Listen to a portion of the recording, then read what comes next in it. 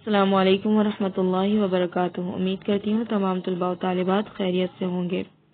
اپنے سبق کا آغاز اللہ تعالیٰ سے اس دعا کے ساتھ کرتی ہوں کہ اللہ تعالیٰ ہم سب کو حفظ و امان میں رکھے اور ہمیں جلد سے جلد اس مشکل کی گھڑی سے نجات دلائے، آمین ثم آمین۔ بعد دعا اللہ تعالیٰ کے بابرکت نام سے اپنے درس کا آغاز کرتے ہیں۔ اعوذ باللہ من الشیطان الرجیم، بسم اللہ الرحمن الرحیم۔ آج ہم جو سبق پڑھ رہے ہیں ہماری درسی کتاب ارمغان اردو سے لی گئی ہے۔ سبق نمبر ہے 11، نظم ہے مسدس حالی،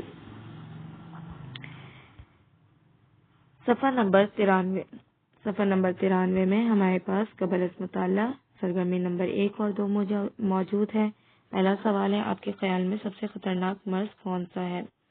یہاں پر مرض سے مراد وبائی امراض نہیں بلکہ وہ روحانی بیماریاں ہیں جو انسان کو اندر ہی اندر ختم کر رہی ہیں یا ختم کر دیتی ہیں، جیسے کہ وہم پرستی، بدگمانی، کینہ، حسد، جھوٹ اور اسی طریقے سے احساس کمتری اور مایوسی۔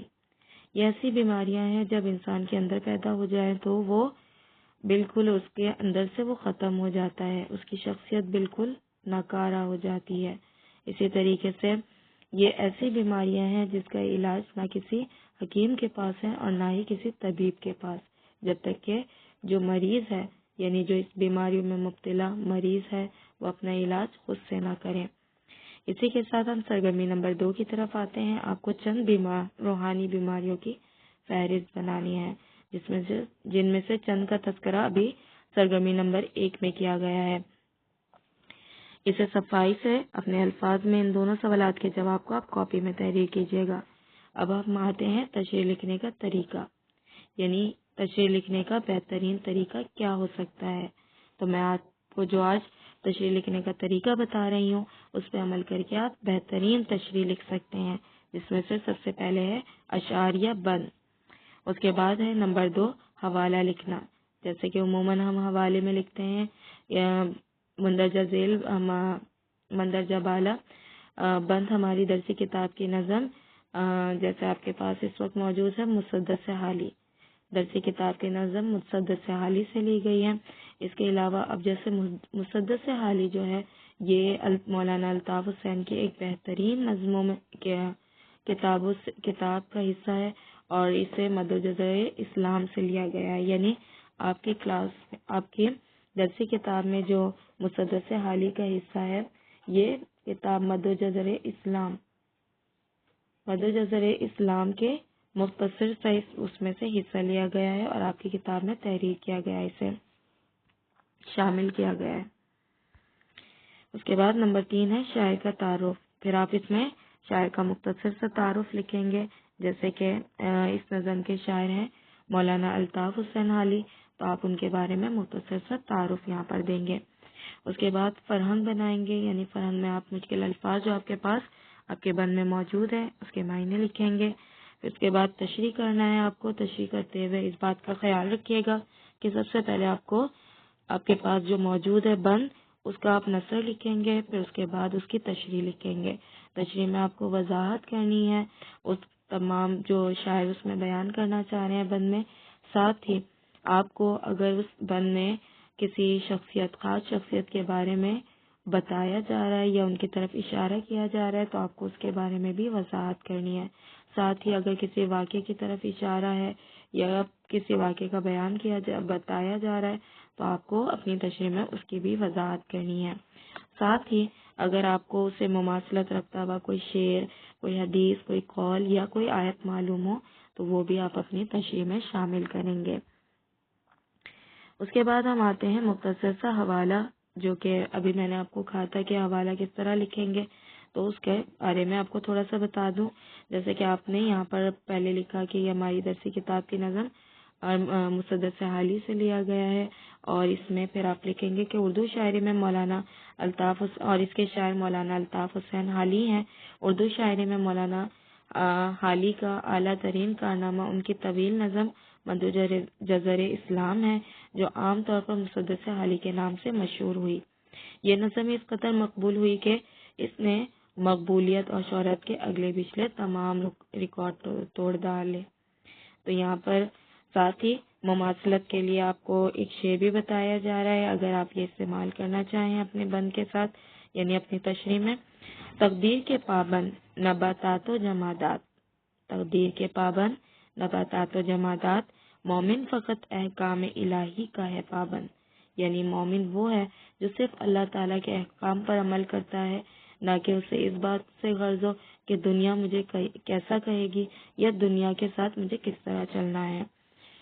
اسی کے ساتھ ہم اب آتے ہیں شاعر کے مختصر تعارف کی طرف. مولانا الطاف حسین علی نے جس میدان میں بھی قدم رکھا اس میں شمشیر قلم کا لوہا منوایا. خواہ وہ نظم کی اختراع ہو یا سادہ نثر کی تخلیق، غزل کی رنگینی ہو یا مرثیے کا سوز، قصیدے کی شان و شوکت ہو یا نظم کی آن ہو، ناسخ کی روپ میں ہو یا مصلح قوم، غرض یہ کہ جس میدان میں بھی قوم قدم رکھا اپنی حیثیت کو تسلیم کروایا. یہ شاعر کا تعارف ہے. اس کے بعد نظم کا مختصر سا آپ کو بیان بتاؤں گے. نظم کا مختصر سا مرکزی خیال. مولانا حالی نے اس نظم میں انسانیت کے نام جو خود اعتمادی، مستقل مزاجی اور اپنی مدد آپ کے تحت زندگی میں کامیابی، ہم ملک و قوم، معاشرہ، سوسائٹی کے لیے بہتری اور خوشحالی کے جو فکری پہلو اور رہنما اصول بتائیں وہ بے مثال ہی نہیں بے نظیر بھی ہیں. یعنی یہ مختصر سا نظم کا مرکزی خیال ہے.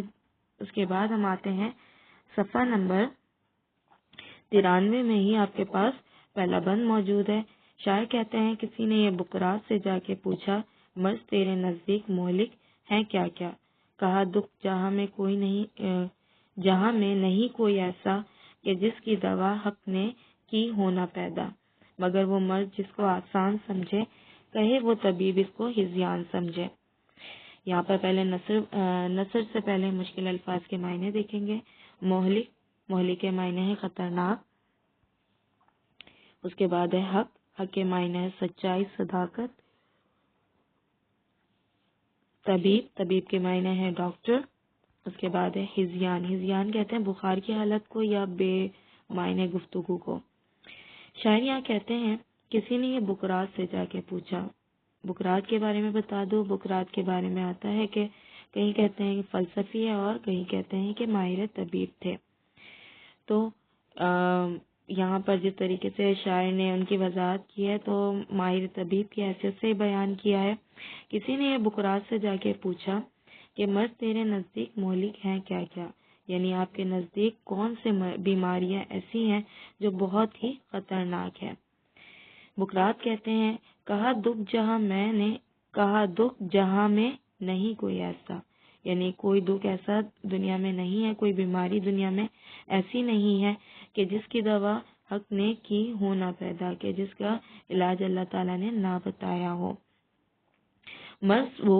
مگر وہ مرض جس کو آسان سمجھے.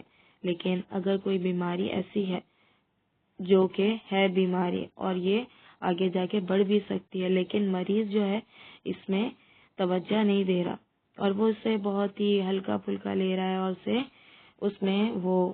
اس کے بارے میں فکر نہیں کر رہا.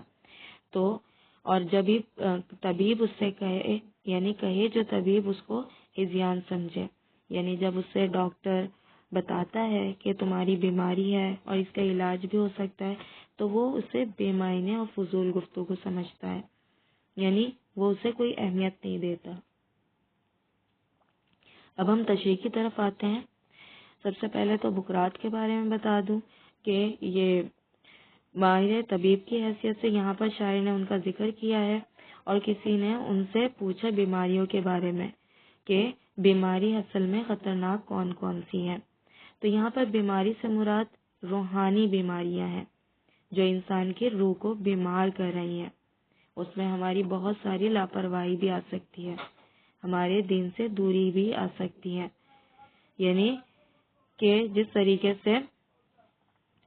طریقے سے انسان اپنے اعمال کو خراب کرتا جا رہا ہے اور مغربی طریقے کو اپناتا جا رہا ہے، اور جب اس سے کوئی اس بارے میں کہتا ہے کہ وہ اپنی اصلاح کرے، وہ اپنے آپ کو درست کرے، اسی طریقے سے جو اس کے اندر اخلاقی بیماریاں پیدا ہوتی جا رہی ہیں اسے بھی درست کرنے کی طرف اگر کوئی اسے رہنمائی کرتا ہے یا اس کو متوجہ کرتا ہے تو وہ اس کو بیکار اور فضول باتیں سمجھتا ہے اور وہ اس کی طرف توجہ نہیں دیتا. اور جب ایسا کوئی سمجھتا ہے یعنی اپنی بیماری کو بیماری نہیں سمجھتا اور اس کی اصلاح نہیں کروانا چاہتا تو آخرکار وہ بیماریاں بڑھ جاتی ہیں اور ایک وقت ایسا آتا ہے کہ وہ بیماریاں لا علاج ثابت ہوتی ہیں. اس کے ساتھ ہی ہم تشریح کی طرف آتے ہیں. تشریح میں یعنی ابھی آپ کو مختصر سا میں نے بتایا کہ پہلے آپ کو نثر بیان کرنا ہے اور اس کے بعد تشریح بیان کرنی ہے.